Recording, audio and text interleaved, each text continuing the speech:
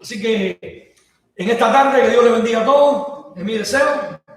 Y me gustaría que todos tuviéramos las Biblias abiertas, por favor, y buscar en el libro de Nehemías, capítulo 8, para tener la lectura de la palabra en esta tarde. Nehemías, capítulo 8, versículo del 1 al 8. Nehemías, capítulo 8, versículo del 1 al 8.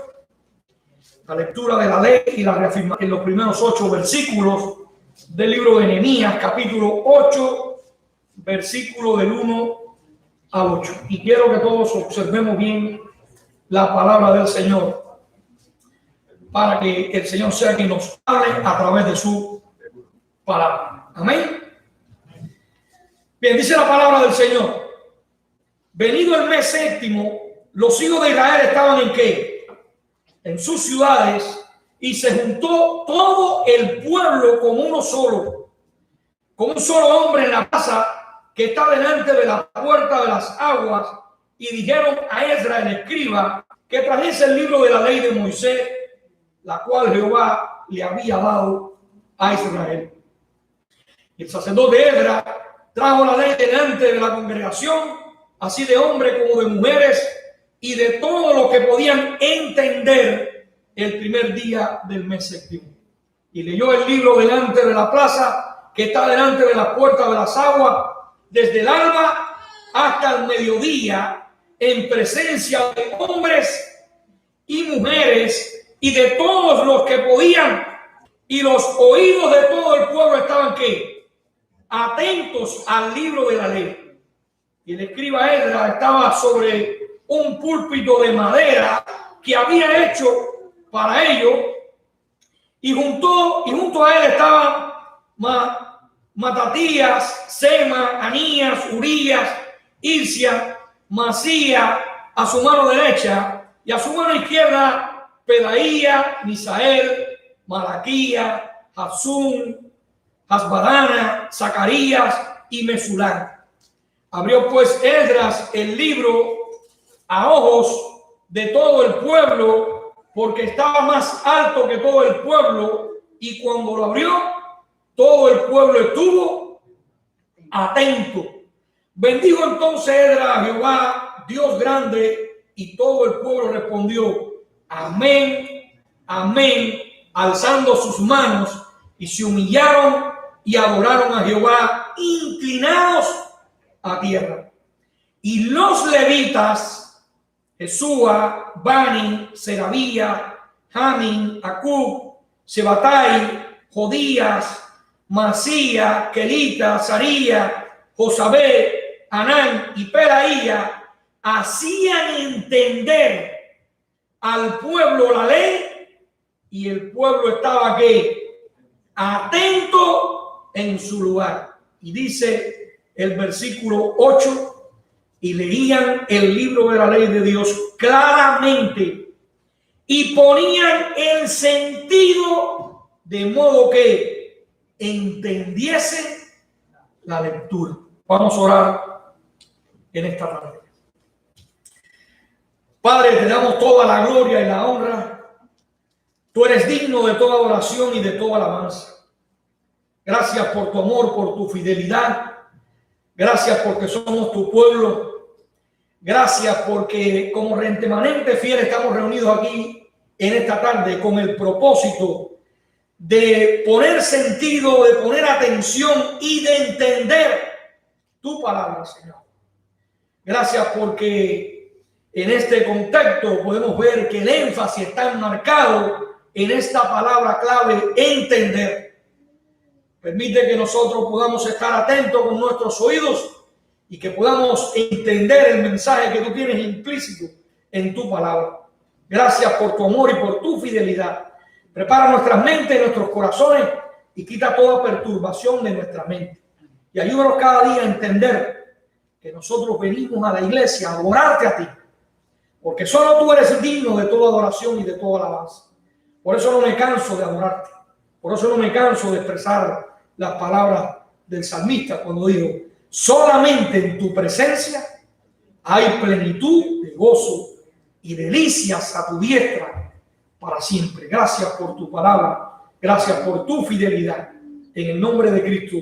Amén. Amén.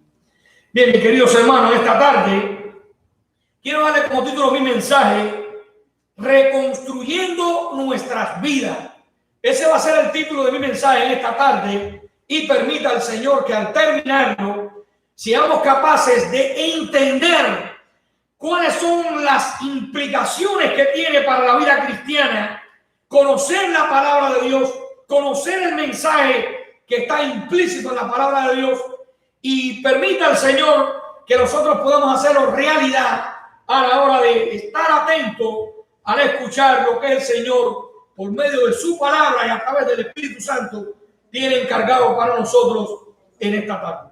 Precisamente en esta tarde vamos a estar hablando del libro de Nehemías, precisamente en el capítulo 8, versículo del 1 al 8. Y yo quisiera, a manera de introducción, hablar históricamente algo acerca de este personaje, de este gran líder llamado Nehemías, porque cuando estudiamos este libro nos damos cuenta de algunos detalles muy interesantes.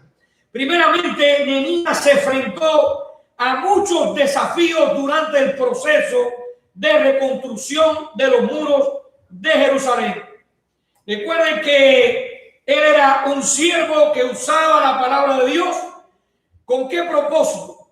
Para motivar al pueblo. Ahora, todos los que hemos leído el libro sabemos que Nehemías está predicando ahora en un momento donde Jerusalén había sido destruida por los babilonios, y ahora sabemos que la pared del muro principal estaba aquí destruida, y ahora una de las tareas fundamentales y principales que tenía Nehemías con el pueblo era que reconstruir los muros. Y dice este libro que la pared del muro, a pesar de que estaba destruida, fue reconstruida en un plazo de 52 días. El pueblo de Israel, a través de esto, había visto muchos detalles, había visto mucha persecución, había mucho desánimo, desaliento, Sanbalat, Tobías, Gesem-Elah, había muchas enemistades, había muchas personas tratando de crear desánimo, desaliento, críticas para que esto no ocurriera.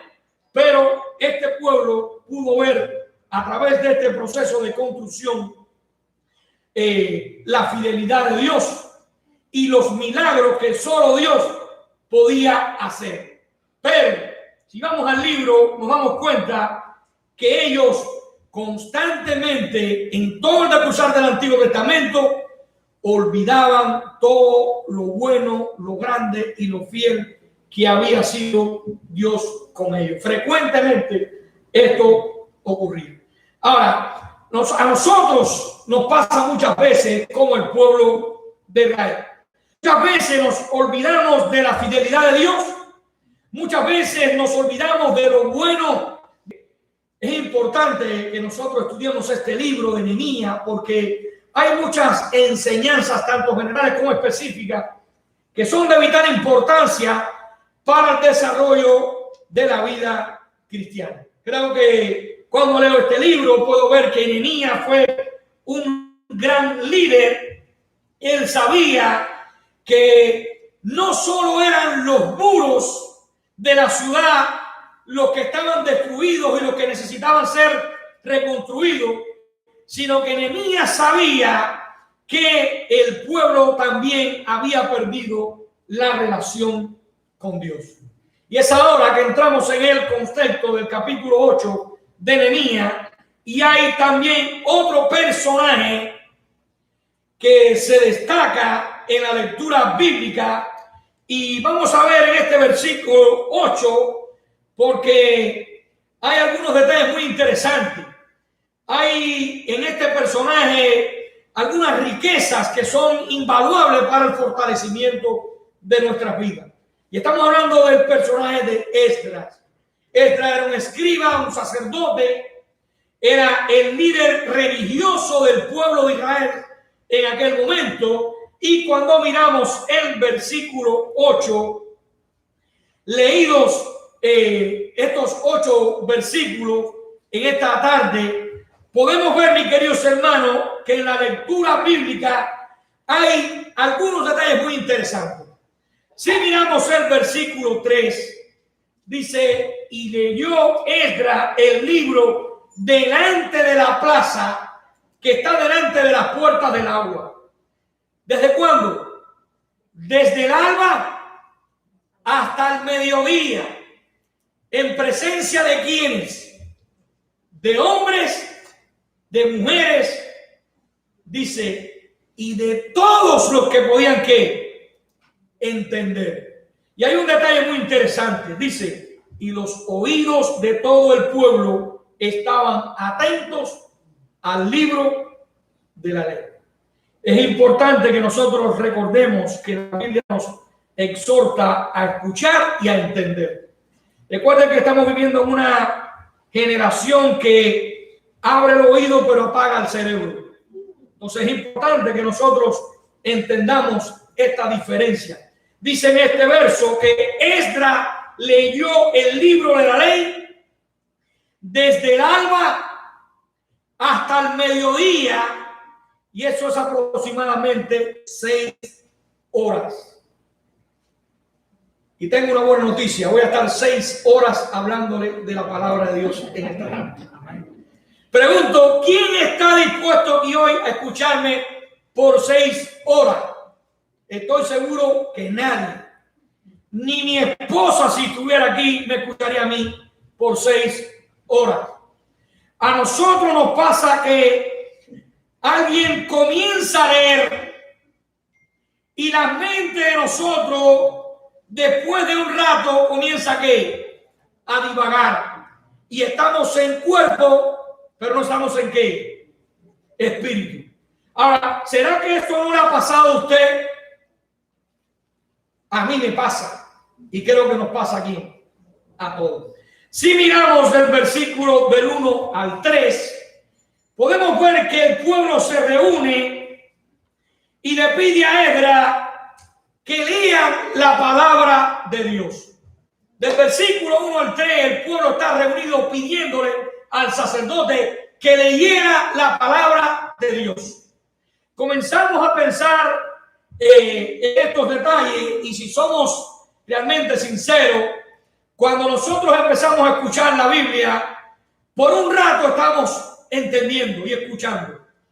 Pero cuando ya pasa de un ratico, pues la gente que empieza corta. Y estoy recordando un hecho real de un pastor que fue a predicar a un entierro, a un velorio, y él no conocía al que estaba muerto, el que estaba enfermo, pero en Cuba se usaba mucho esto que algunos pastores mayores dejaron en los pueblos que cada vez que se moría alguien buscaban al pastor para que él despidiera el culto fúnebre. Y fuera cristiano o no fuera cristiano, pero el pastor tenía que ir ahí. Y si no iba, tenía que gozar. Un problema. Y dentro del grupo de pastores se oía las historias que pasaron muchos de estos pastores. Y hubo uno que lo trajeron y no conocía nada del Señor. Y empezó a hablar y hablar y hablar y hablar. Y llevamos más de 35, 40 minutos hablando. Y dice que ya no tenía nada que decir del Señor. Y hubo una persona del grupo, de la congregación, que se paró y le hizo así. ¿Ve? Como que cortara. Y el hombre lo miró y dijo, y se me olvidaba, era barbero. ¿Me entiendes? Entonces, hay muchos detalles que muchas veces pasan y que son experiencias vividas, pero que tienen una gran enseñanza. Creo que si nosotros estuviéramos 6 horas ahora hablando de la palabra de Dios, creo que me quedaría aquí solo. Pero los seres humanos somos un poco extraños.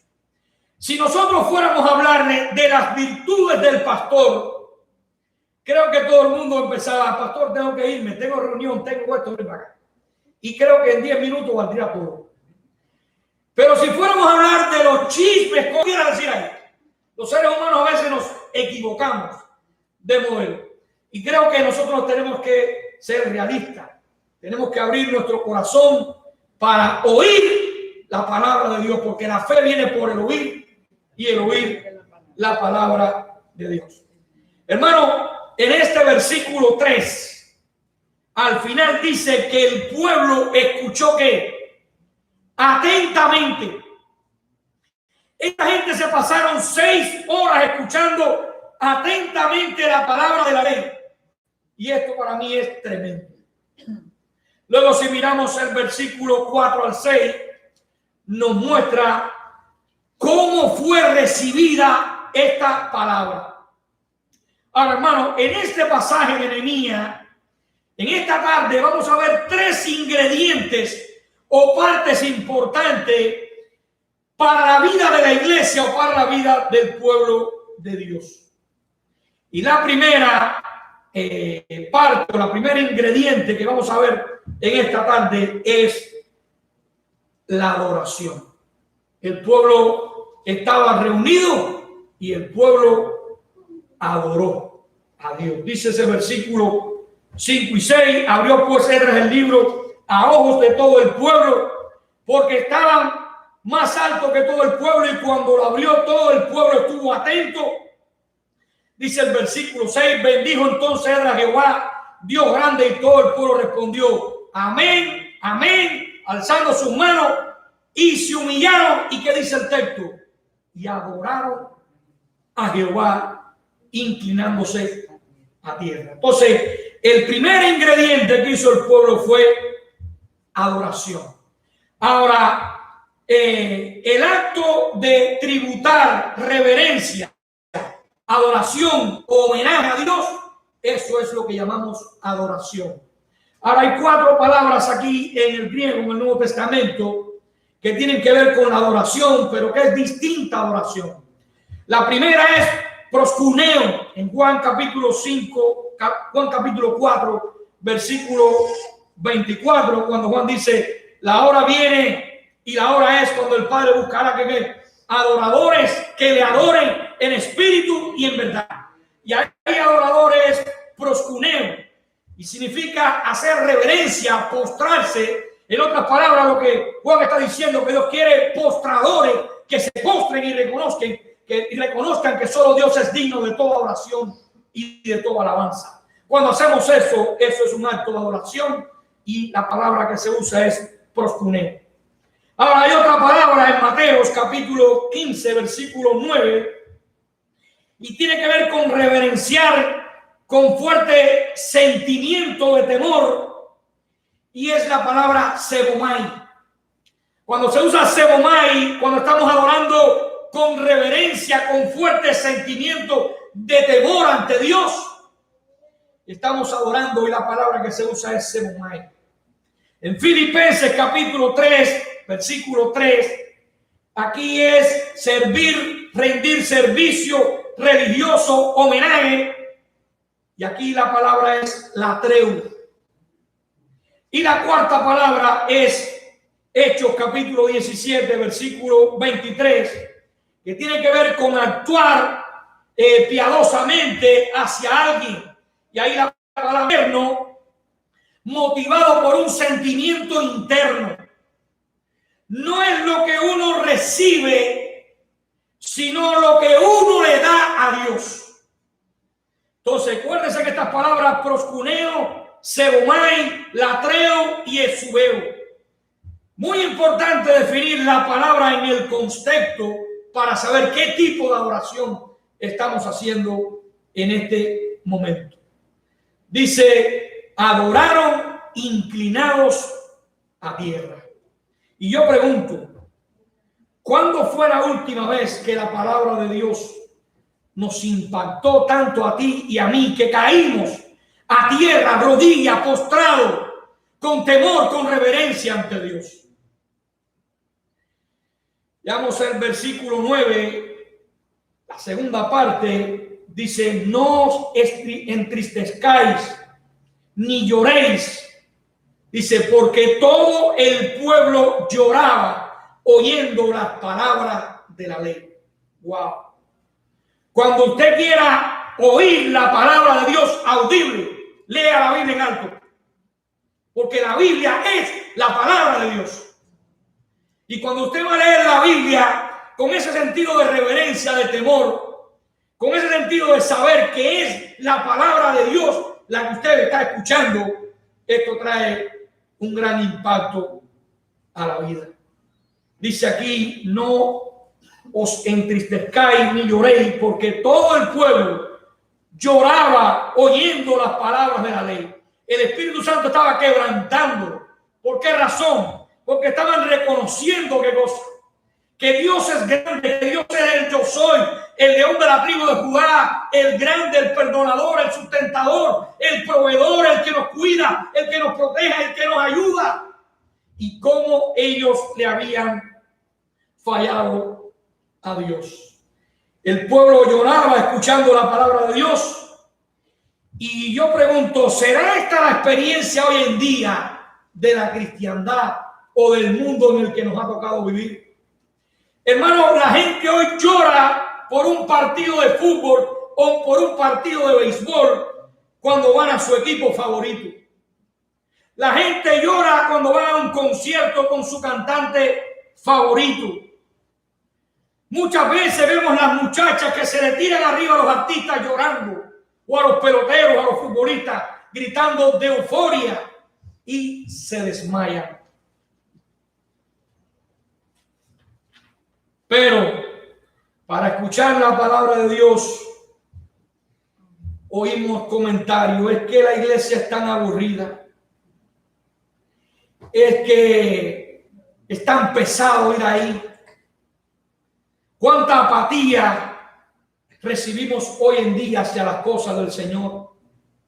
Hoy en día vivimos en una sociedad pluralista, con un espacio reducible, pero que realmente no importa ni interesa mucho oír la palabra de Dios. Y oímos: yo no voy a la iglesia porque está lleno de hipócritas. Y queremos decirle que hay espacio para uno más. Es importante que nosotros entendamos esta realidad. Nosotros somos imperfectos, pero venimos al lugar perfecto. Amén. Esto que estaba sucediendo aquí en el capítulo 8 de Nehemías se llamaba adoración. El pueblo de Dios estaba adorando y la palabra de Dios los llevó a una adoración sincera. La gente recordó la fidelidad de Dios.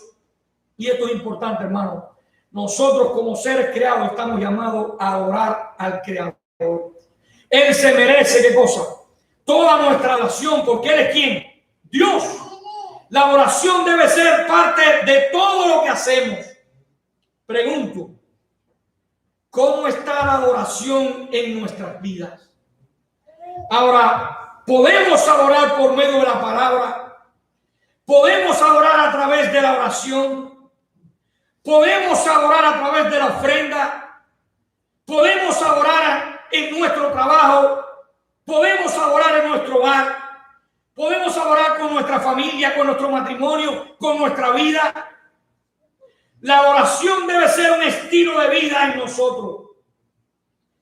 Y hay que adorar con nuestro corazón, con nuestras palabras y con nuestras acciones. Nehemías en el versículo 10 del capítulo 8 luego les dijo: y comed grosuras, bebed vino dulce, enviar porciones a los que no tienen nada preparado, porque día santo es a nuestro Señor. No os entristezcáis, porque el gozo de Jehová, ¿qué cosa es? Vuestra fuerza. Amén. Gracias.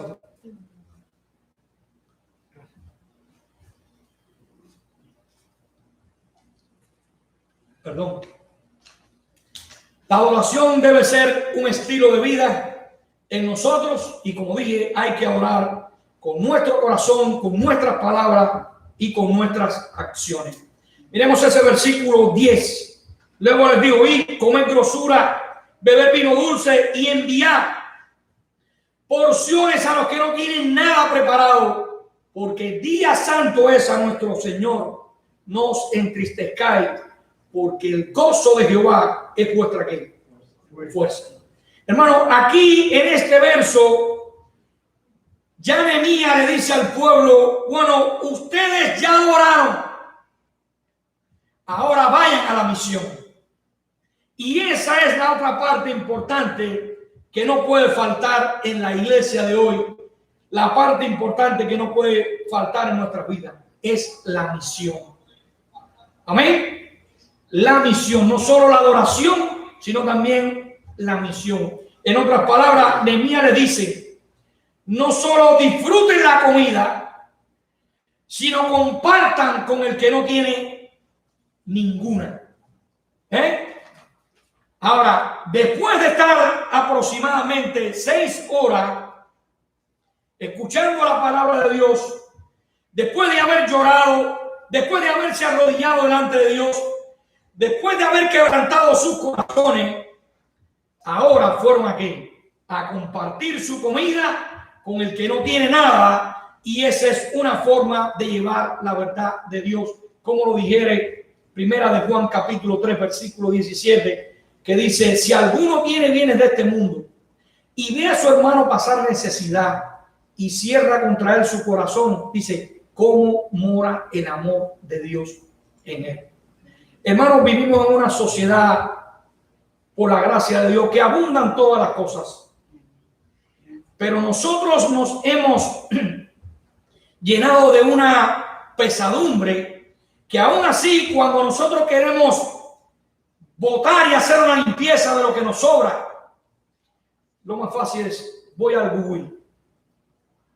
Pregunto: ¿cuántas personas aquí necesitan de tantas cosas que nosotros mandamos a los Google? Y todo muchas veces por acomodarnos. Pero si nosotros nos enfocamos en la misión, podemos compartir y llevarlo a los necesitados. Pregunto: ¿cuál es tu motivación en la misión que Dios te ha dado? Aquí es muy importante. ¿Cuál es tu motivación? ¿Por qué hago las cosas? ¿Cuál es el móvil? ¿Por qué yo estoy haciendo estas cosas? ¿Queremos que las personas se salven? ¿Queremos que las personas vayan al cielo? Pero nuestra motivación principal tiene que ser más que eso. Queremos que Dios sea adorado.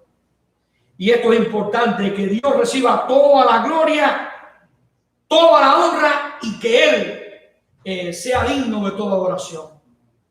Es muy fácil nosotros decir: no, esto es para la gloria de Dios, pero nosotros queremos el crédito.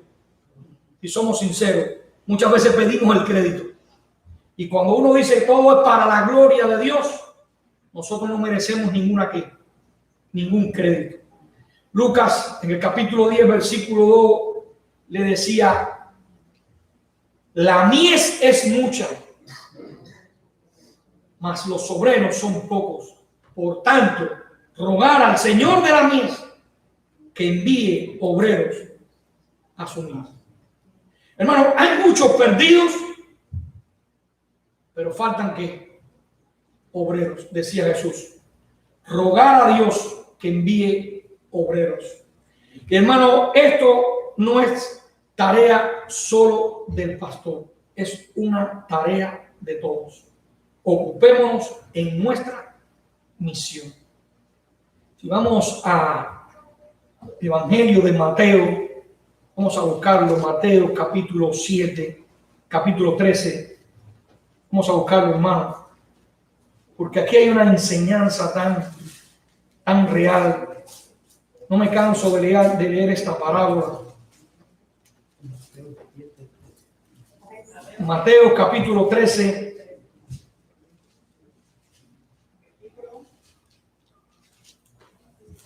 Versículo del 1 al 8 dice: aquel día salió Jesús de la casa y se sentó junto al mar, y se le juntó mucha gente, y entrando él en la barca se sentó, y toda la gente estaba en la playa, y les habló muchas cosas por parábola, diciendo: aquí el sembrador salió a sembrar.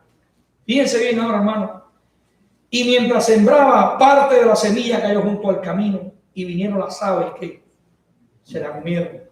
Luego dice, parte cayó en qué? En pedregales, donde no había mucha tierra. Brotó pronto porque no tenía profundidad de tierra. Pero salido el sol se quemó. ¿Y qué pasó? No tenía raíces y se secó. Y parte cayó entre espinos. Los espinos crecieron y la ahogaron.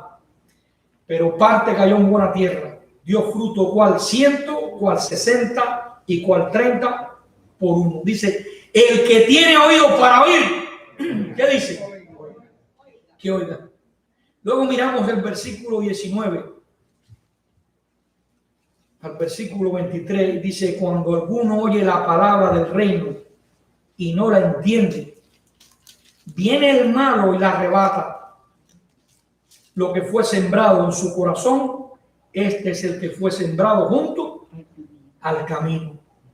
¿Vemos esto o no lo vemos? Y el que fue sembrado en pedregales, este es el que oye las palabras y al momento las recibe con gozo, pero no tiene raíz en sí, sino que es de corta duración, pues al venir la aflicción o la persecución por causa de la palabra, luego tropieza. Y si el que fue sembrado entre espinos, este es el que oye las palabras, pero el afán del siglo y el engaño de la riqueza, el sueño americano, ahogan la palabra y se hace ¿qué cosa? Infructuosa. Más el que fue sembrado en buena tierra, este es el que oye y entiende la palabra y da fruto y produce a 100, a 60 y a 30.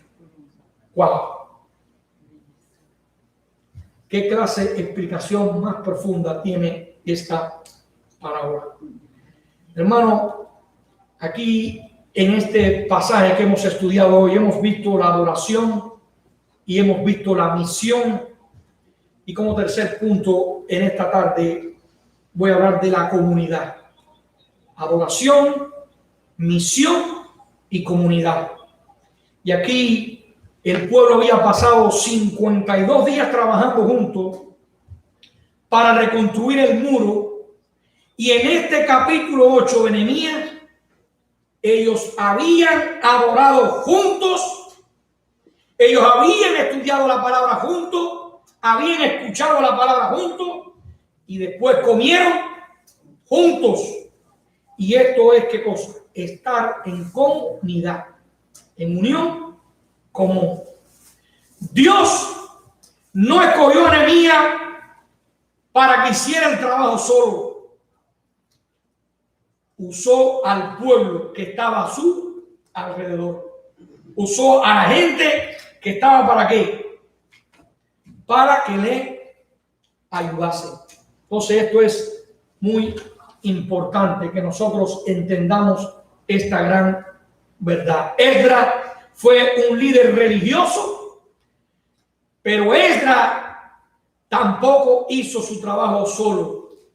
Allí también estaban ¿quiénes? Los levitas. En el versículo 9, y Nehemías, el gobernador y el sacerdote escribe y dice, y los levitas que hacían entender al pueblo. Es decir, que había ¿qué cosa? Una colaboración por parte de todos. Y esto es trabajar en comunidad. Esto es vivir en equipo. Esto es vivir en comunidad. Y aquí en la iglesia el trabajo no puede ser solo del pastor. Hay más hermanos que trabajan. Y debemos unirnos más para trabajar en la obra de Dios. Ahora, hay 4 paradigmas que dañan el crecimiento de la iglesia. El primero es el creyentismo. Ese es el primer paradigma. Un paradigma no es más que el esqueleto rector que marca y rige el pensamiento de una cultura o de una generación. El enfoque de una generación, lo que lo marca, eso es lo que se le llama el paradigma. Y los 4 paradigmas de la iglesia son el creyentismo. ¿Cuál es el creyentismo? Es cuando el cristiano viene a la iglesia y se convierte en un demandante y acomodado. Vengo y me siento de qué. Sírveme, ministreme, pero no hago nada. Y recuerden que cuando se hace una radiografía de la iglesia del 100%, hay un 30% que trabaja, hay un 60% que está indiferente y hay un 10% que son los negativos, que dice, yo no sé de lo que está hablando, pero estoy en contra. Esa es la radiografía. Pero el creyentismo es un paradigma que daña a la iglesia. Yo voy a la iglesia como un show, como un teatro. ¡Ay, qué lindo quedó el culto! ¡Qué lindo quedó la predicación! ¡Qué bien canta! ¿O no me gustó el culto de hoy? El culto no era para ti, el culto es para darle la gloria a Dios. Entonces el creyentismo es un enemigo de la iglesia. El segundo es el templismo. Todo alrededor y en función del templo, el cultiti, todo tiene que ser culto. ¿Ven? Todo tiene que ver con qué? Con las actividades dentro de qué? Del templo. Pero no hay comunidad, no hay relación, no hay misión, sino que todo tiene que ser centrípeto hacia adentro o centrífugo hacia adentro. Y la iglesia es centrípeta hacia afuera. Vayan por todo el mundo y prediquen qué cosa? El evangelio. Entonces el segundo paradigma es el templismo. El tercer paradigma es el clericalismo. Y el clericalismo es el pastor no tiene que hacer todo, para eso le pagamos. Que lo haga. ¿Entiendes? Eso es un gran problema. Cuando todo va para arriba de quién? Del pastor, músico, poeta y loco. Todo lo tiene que hacer quién es? El pastor. Y el cuarto paradigma es el tradicionalismo. No se innova. Es lo mismo del año pasado. Es que a mí me lo enseñaron así cuando yo me convertí. Sí, pero el mundo avanzado, hay otra cultura, hay otra cosmovisión, hay otra forma de pensamiento. Cuando usted fue cristiano en su iglesia, usted no sabía lo que era un celular, usted no sabía lo que era una computadora. Hay cosas que hoy en día estamos usando como medio que realmente nunca nos pasó a nosotros por la cabeza. Pero a pesar de que todas estas cosas pueden ser buenas, pues a mí me gusta ser un poco tradicionalista. A mí me gusta leer la Biblia y llevar la Biblia en la mano. Y me gustaba cómo los cristianos de antes, todo el mundo iba con la Biblia en la mano para que lo vieran. Hoy lo llevamos en una carpeta o en una mochila. Nadie sabe lo que tú llevas. Pero antes todo el mundo llevaba la Biblia en la mano para que diga, ahí viene un hombre de Dios. Ahí viene un cristiano. Y es bueno que nosotros llevemos estos valores. Lleva la Biblia donde quiera que usted vaya. ¿Ve? Porque aún así, cuando nos ponemos a oír música cristiana, a veces mi esposa me dice, baja un poco el teléfono. No, que oigan la palabra y que oigan la música. Que yo tengo que oír toda la música que ponen esta gente. Entonces es importante que sepan donde quiera que usted esté, se trabaja donde quiera. Usted canta, que lo tinden por loco, por lo que sea, pero yo vine a alabar a Dios. Recordar, ni el creyentismo, ni el templismo, ni el clericalismo, ni el tradicionalismo son buenos para el crecimiento de tu vida cristiana, ni para el crecimiento de la iglesia. Esdras fue un líder religioso, pero Esdras tampoco hizo su trabajo solo. Allí había, ¿qué cosa? Un grupo de levitas que estuvieron ayudándole, que hacían entender. Y fíjate que siempre la Biblia es oían y entendían. Oían y entendían. Y es importante oír y no apagar el cerebro. Hay que entender. Esto es trabajar en comunidad. Esto es vivir en comunidad. Y aquí en la iglesia, mis queridos hermanos, el trabajo no puede ser solo mío. Hay más hermanos que tienen que involucrarse en el trabajo. Debemos unirnos más para trabajar en la obra de Dios, adorando al Dios de la obra. Ahora, esta comunidad tiene un pegamento especial. ¿Y quién es? El Señor. Estamos pegados aquí al Señor. Todo lo hago para la gloria y honra del Señor. El Señor es la motivación de todo lo que hacemos. Hermanos, a través de la adoración, a través de la misión y a través de la comunidad, Dios reconstruyó el pueblo de Israel. Es importante. Pregunto, ¿En qué área debo de ser yo reconstruido? ¿Será que yo necesito ser reconstruido emocionalmente? ¿En qué otra área yo debo ser reconstruido espiritualmente? ¿Socialmente? ¿Será que necesito ser reconstruido en mi vida de adoración? ¿O en la misión? ¿O en la comunidad? ¿Dónde necesito ser reconstruido? Si comenzamos a escudriñar y a estudiar la palabra, yo te aseguro, hermano, que Dios comenzará a reconstruir tu vida. ¿Por qué es que empezamos bien en la vida cristiana y terminamos mal? ¿Por qué es que cuando empezamos nos comíamos los pueblos y le predicábamos a todo el mundo? Y ya hoy en día ni le hablamos a nadie. Es cuando empezamos en la vida lleno de amigos y al terminar la vida nos quedan muy pocos amigos. ¿Por qué razón?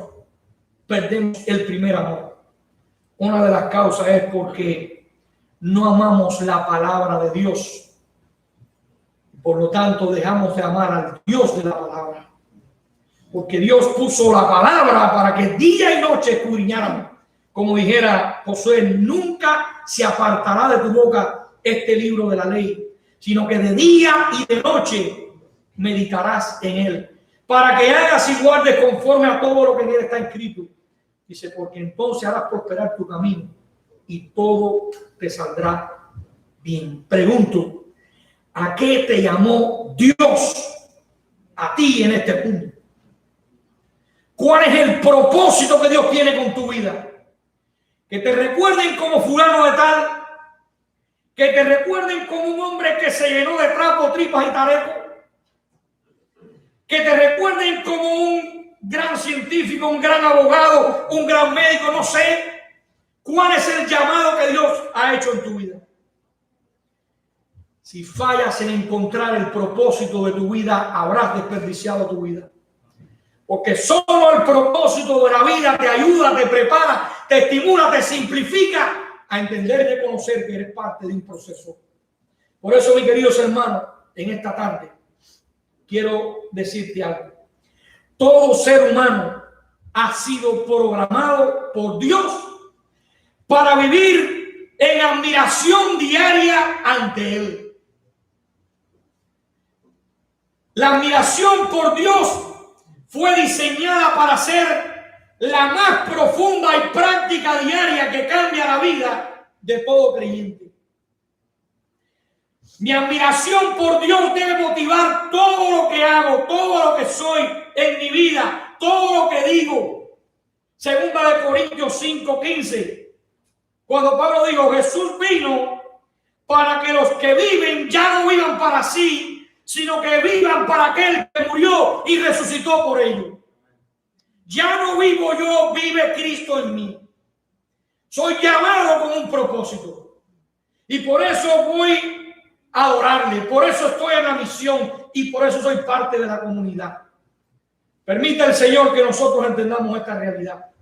Estamos de paso por este mundo. Estamos de paso por esta vida. Somos extranjeros y peregrinos en este mundo. Nuestra ciudadanía está en los cielos y no en este mundo.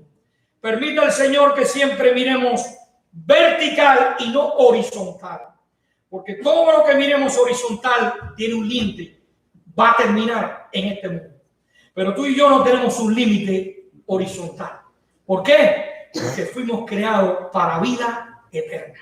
Amén. Que Dios le bendiga en mi deseo y que podamos siempre adorar a Dios, que estemos involucrados en la misión y que seamos parte de la comunidad, llevando el evangelio, proclamando el evangelio y recordando, hermano, la venida de Cristo está a la puerta.